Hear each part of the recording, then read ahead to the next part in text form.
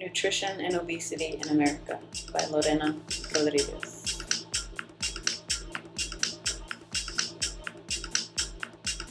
Childhood obesity is on the rise.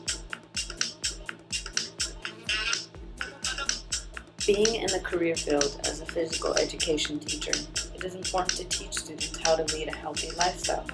Although this concept is being taught in schools today, childhood obesity still exists and continues to grow daily due to the fact that students drink sodas, chips, candy, and a lot of junk food. According to the National Center for Chronic Disease Prevention and Health Promotion, childhood obesity has more than tripled in the past 30 years. Obesity is a result of a caloric imbalance to feed calories expended for the amount of calories consumed and is mediated by genetic, behavioral, and environmental factors. Childhood obesity has both immediate and long-term health impacts.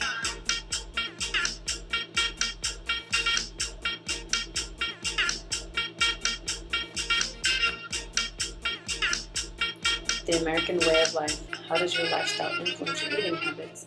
How is it influencing the lives of our children?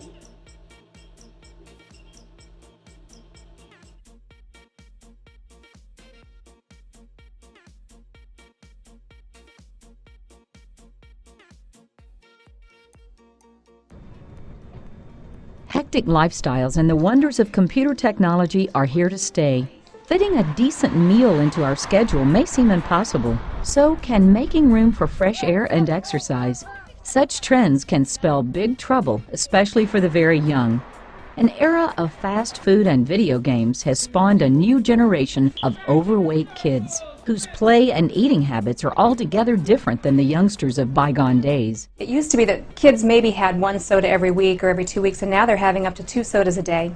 And it's just too much. Dr. Chris Matson is with the Weight Clinic at UCSF Medical Center and points out that 15% of kids today are considered overweight or obese, but it jumps to 30% among poor families who can't afford fresh produce or can't get to a large supermarket that offers it. Much of the weight problem can be explained by simple inactivity. They're not necessarily walking to school. They don't have physical education to the extent that they used to. And they're watching more television. TV not only keeps kids on the couch, it can lead to a bad diet. The problem is that what kids see on television is almost all junk food. In fact, there's almost no nutritional food that's advertised on TV. Our eyes can tell us when a child is too heavy, but doctors measure child obesity by BMI, or body mass index. That is to say, a person's weight relative to their height and age. BMI tends to peak around 6th grade. If the added weight isn't off by then, it can be very, very difficult. And if you're overweight in 6th grade, there's a really high chance you're going to be overweight in high school and then as an adult. Dr. Lisa Dana is with Golden Gate Pediatrics in San Francisco. She says kids often spend a great deal of time in the care of a grandparent or other relative. And of course, we want to feed our grandchildren and our nieces and our nephews. You're putting these children at increased risk for medical illnesses that are significant, like diabetes and high blood pressure. And if the relative serving in the role of guardian is also suffering from one of these diseases, there's an even greater chance the child will share in it. So your 6th grader might have the same disease that your grandmother has, and that's serious.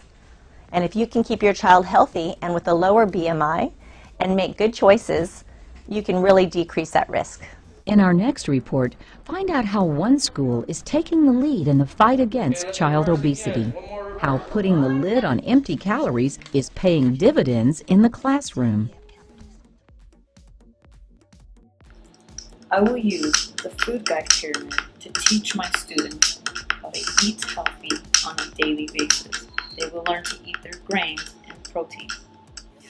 I will also encourage them to drink and eat dairy products. I will also tell them about how they need to keep their body hydrated with a lot of water.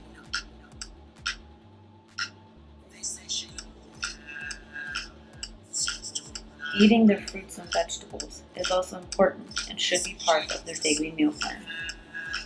I will encourage my students to be physically active by going dancing. They can also go to a gym or a park and complete exercises that are good for their arms, their legs, their abs, and all of their muscles. Students can go to the park and do running or jogging or walking with their friends and family. I want my students to eat healthy, exercise, and live a healthy life.